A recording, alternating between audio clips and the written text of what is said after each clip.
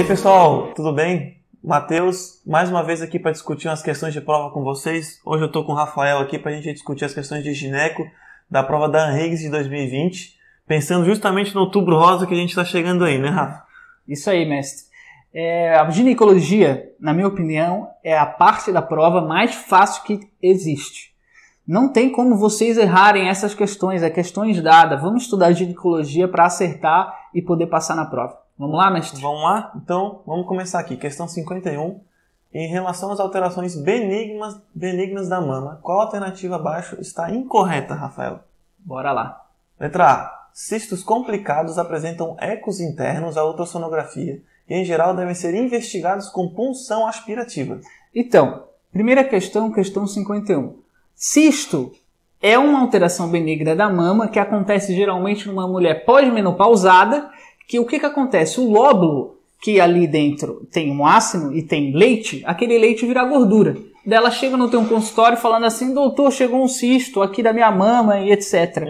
Esse cisto geralmente é um cisto benigno, mas em alguns momentos ele merece uma investigação com ultrassonografia, como apresentado na questão. Por quê? Porque esse cisto ele é anecoico, ele não tem ecos internos, entendeu? Então a alternativa está perfeita. Letra A correta. Então vamos lá, letra B, Rafa, muito bom. Fibroadenomas são lesões benignas que geralmente se apresentam desde a adolescência. Corretíssimo, né? É a paciente jovem que chega com um nódulo na mama, fibroadenoma. Letra C, Rafa, vamos lá. Descargas mamilares multiductais de cor esverdeada ou marrom que ocorrem após a expressão manual devem ser consideradas patológicas e merecem avaliação complementar. E essa questão aí foi uma pegadinha. Mas só pegou o aluno que não estava atento, porque o que acontece é o seguinte, paciente tem uma descarga mamilar, primeira pergunta, essa descarga é provocada ou espontânea? Então ele está falando ali, após expressão, se ela é provocada, ela não tem um significado clínico para a gente. E aí ele botou ainda cor esverdeada para pegar o aluno que está despreparado. O aluno que está atento, ele ia pensar, não, provocada, obviamente ela não tem expressão, então não merece a investigação complementar. Agora vamos pensar, se essa paciente tivesse cor esverdeada espontânea, o que isso ia lembrar? Ectasia ectasia ductal, que é uma condição que a paciente geralmente tabagista pesada tem.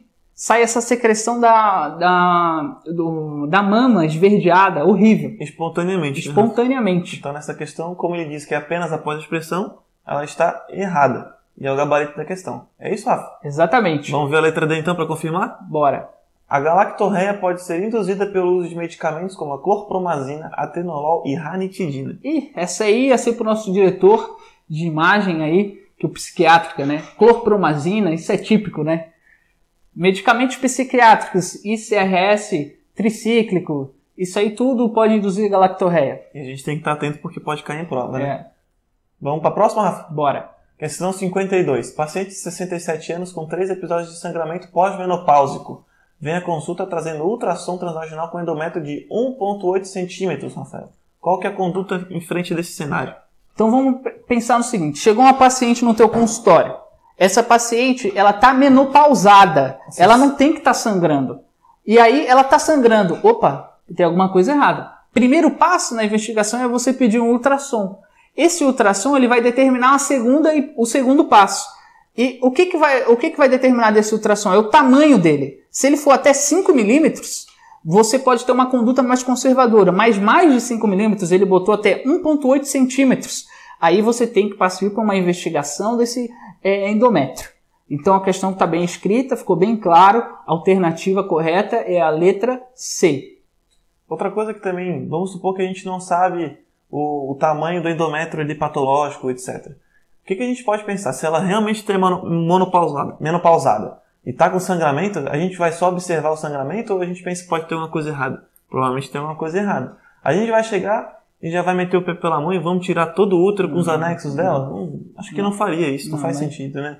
Ou a gente simplesmente vai tirar o útero sem tirar os anexos, também não faz sentido. A conduta realmente seria fazer um exame mais específico para a gente fazer o diagnóstico.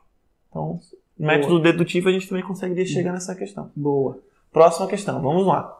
Assinale a alternativa abaixo que não tem relação com a endometriose. Questão direta, Rafa. Estão bem direta. Endometriose, tema típico.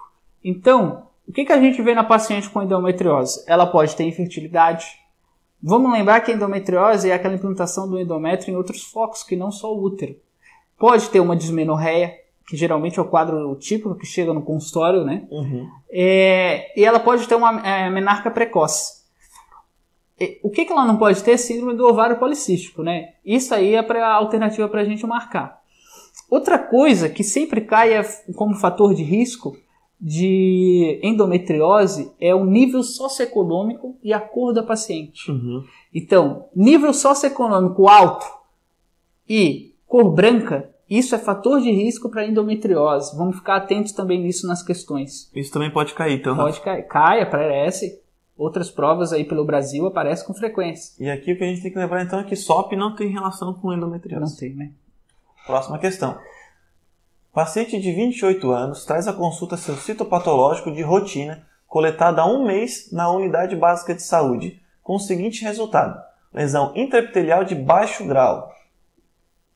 Refere que há 15 dias começou com secreção vaginal aumentada com odor fétido. Qual a melhor conduta, segundo as diretrizes brasileiras, para o rastreamento do câncer de colo de útero nesse caso, Rafa? Então, questão típica, até agora, prova da Henrique, só questão boa, questão realmente prevalente, que cai muito nas provas. Então é o seguinte, você fez lá a citologia oncótica, veio baixo grau. O que você faz? Qual que seria a conduta? Se você pensar, obviamente, Matheus, o que você faria? Baixo grau. Dedutivamente, o que você olhando... A gente poderia ter um pouco mais de conservadorismo frente a um caso desse daí. Sem saber o fluxograma. Ele já está me dizendo a resposta. Entre A, B, C e D. O que você acha ali? A gente faria, então, justamente... o que pode confundir aqui é que tem 2 alternativas que são conservadoras aqui, né, Rafa? Mas vamos lá, o que trouxe na questão que a gente acabou pulando aqui é o odor fétido de secreção aumentada. Então isso dá a entender que tem um processo infeccioso. Concorda, Rafa? Então só repetir o citopatológico estaria errado porque não tratou o processo infeccioso dela. Então essa está errada.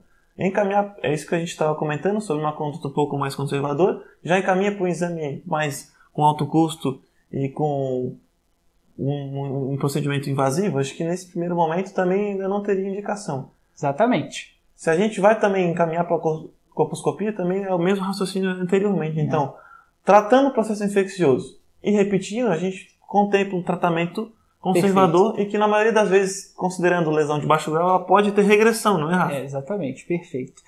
Cai geralmente também, gente, o seguinte, você veio baixo grau para você uma vez, aí você fez de novo em 6 meses, aí novamente veio baixo grau. Qual que é o próximo passo? Nesse caso, como não regrediu, a gente faz esse exame um pouco mais dispendioso, que é a colposcopia. Colposcopia. Só para deixar registrado para vocês, pessoal. Então, Nick, estudem muito. Cai muito em prova. Muito em prova. Tem que saber. Última questão do vídeo. Vamos lá, Rafa. Questão direta também. Sobre sífilis, assinale a alternativa incorreta. Letra A. A penicilina é o único fármaco efetivo para prevenir a transmissão materno-fetal e tratar a infecção fetal. Pegadinha boa. Por causa que é o seguinte, gente. A penicilina sempre tem... nas questões aparece assim, penicilina e eritromicina para tratar sífilis na gestação, sabe? Então a gente tem que ficar atento. Só a penicilina trata. Não, a eritromicina não trata. Então não caiam nisso. Então a alternativa está correta. Aqui é o que está errado, então, justamente a questão do tratamento fetal, é isso que a gente está falando, né, Rafa? Então, essa questão está corretíssima. Sempre se deve tratar o paciente, mesmo que sorologicamente negativo. Sem dúvida, né, gente? Não é à toa que tem essa grande divulgação do Ministério da Saúde para a gente combater a sífilis e etc, né? Vamos para a próxima então, Rafa. Na fase primária, caracteriza-se por úlcera dolorosa e múltipla. Nossa, essa foi muito simples, né, gente? O que é a sífilis, né? É aquela úlcera indolor. Única. E aí agora a gente tem ali úlcera dolorosa. Isso fala a favor do quê, mestre? Dolorosa e múltipla, a gente tem que pensar em lesão, uma úlcera provocada por herpes vírus, que provavelmente é o que está aqui. Ou cancroide, né? Ou cancroide, mas isso seria uma lesão, pode ser múltipla também, mas única. E letra D, Letra D, então, o FTA-ABS é o teste padrão ouro entre os testes treponêmicos. Sem dúvida nenhuma. Também está verdadeiro, né, Rafa? Então, aqui a gente completa o primeiro bloco da questão de gineco da prova da ANREC de 2020. Se vocês gostaram dessas dicas e não querem perder as próximas, se inscrevam no nosso canal para não perder os próximos vídeos que a gente está dando mais dicas também. Foi um prazer, pessoal. Acompanhe mais vídeos aí. Abraço.